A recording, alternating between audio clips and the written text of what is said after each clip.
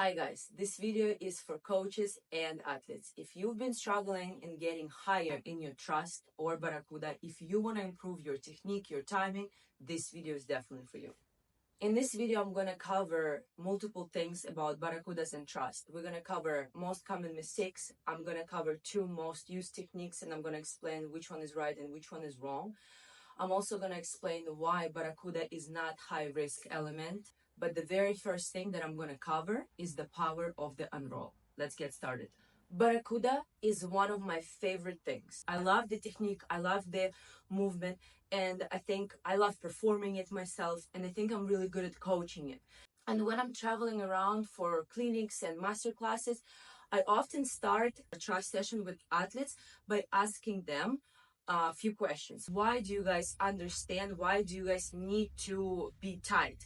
And often they get confused with an answer because I think during this coaching, we kind of forgot to remind our athletes what's ultimately the most important thing in our Barracuda, in our trust. What are we trying to achieve? Everybody wanna get higher. It's all about getting as high as possible, of course, in a nice alignment and everything, but the most amazing trusts are the high trusts. So everything we do, we need to remind athletes that that's why you're going to be higher. I'm breaking down this for 10 and unders, 12 and unders, 13, 15 juniors, athletes who we're still developing. Olympians do that. Everybody who are on very high professional level, trust me, this is in their blood, this is in their bones by now. So in Barracuda, we have two main focuses. It's our body movement and our arms movement. Right now, I want to talk about our body.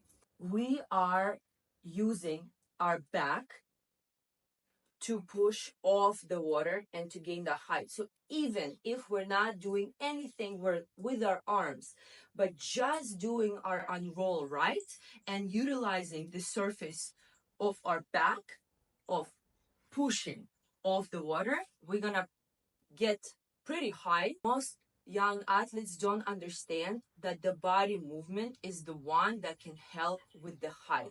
As coaches, we really need to explain to athletes why we're asking them to be tight, why we're asking them to unroll and squeeze our glutes and roll our back. The more they understand, the better chances that the correction and the right technique will stick with them. The tighter is our forward fold, the more degrees, the more space we have to use as we push off the water. We have, if we're super tight, we have 180 degrees to use and to push off the water. You know what I mean? So it builds a lot more power, a lot more momentum. If we're open, yes, as we rise up, we will carry more water and everything, but it's not the main problem. The main problem that's it. That's literally how much we can use of that power and that press. And I also want to mention that this is why a lot of athletes are overarching, because they start like this and they don't realize that in 30 degrees, they're literally going to arrive to extended body position. In their head, they're starting here, but they still think that they need to go really far. So that's why they over push most of the times and their shoulder go all the way back. But if they would do the same power, but just starting here, they would arrive all the way up in a straight line. Another thing that we need to remember is that the athletes who physically can't get into the tight forward fold need to work on their hamstring flexibility. A lot of athletes struggle literally to put their hands behind their ankles because of their flexibility. This is the stuff that we need to work on land so we don't waste time in the water. And that's another reason that coaches can use to motivate athletes to improve their flexibility, because as soon as the athletes will understand how flexibility affects their performance in actual artistic swimming, they will understand that it's not just for splits. It's literally for every movement, for every figure, for every element that they will perform in the water. Another thing that I want to mention, it's very important so that the athlete can see the surface of the water. A lot of athletes cannot understand when they need to start the unroll because they don't see where's the water. So when we're talking about nice tight pike, a lot of, like, we've been taught to put our face all the way into our knees, our nose into our knees, but we can't see when we need to start the unroll. You know what I mean? So I stopped doing that by myself. And I mean, if you can see under the water videos from all Olympians, from all world championships, you will see that no one actually rise up like that. Everybody is looking at the surface to make sure they're showing on the count their ankle up, whatever that is. So I teach my athletes like this. I teach them to go chin to their knees as close as possible and to keep their eyes on their big toes, so that this way it's not pushing them, because if you're just going to tell them look at the surface, this movement will literally open them up. So I want them to be in a tight pike. So what I say is get your chin to your knees, but keep your eyes on your big toes, and that way they can still work on their tight pike, they can still see the surface, and they still know when to unroll.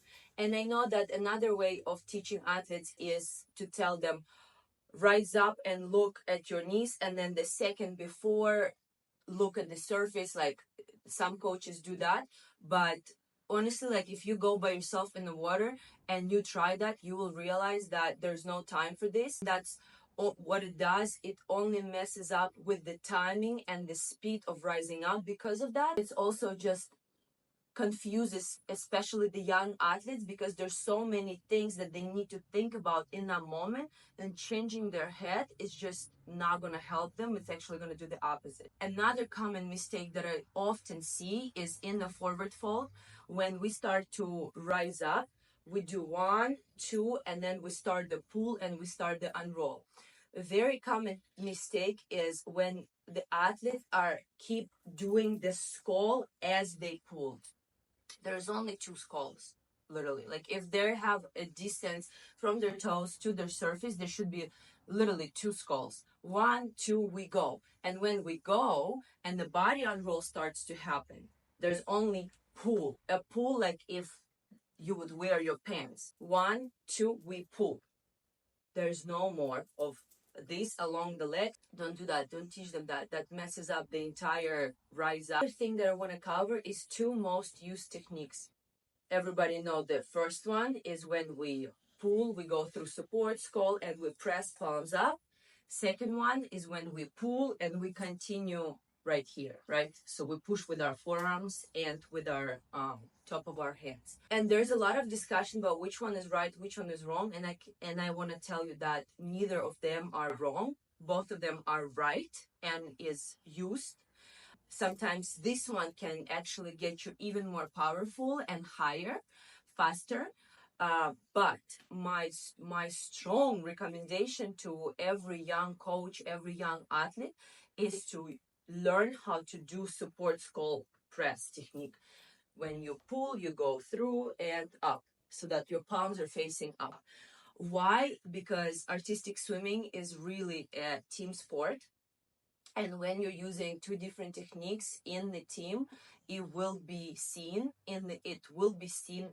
outside of the water. We will be able to see the difference in the speed, in the unroll, and in the movement that comes after the unroll. Another thing why is because after this press, the only way we go down, kind of. This one is very unstable versus this one is very stable, and you can do whatever you want after this one. So especially right now with the changes of the rules and everything, if you want to do movements after your thrust, if you want to do a rocket split and turn and twist, whatever, you need to have that solid support, and you need to be able to do that totem skull. So this is also a reason. And you need to be able to do that totem skull.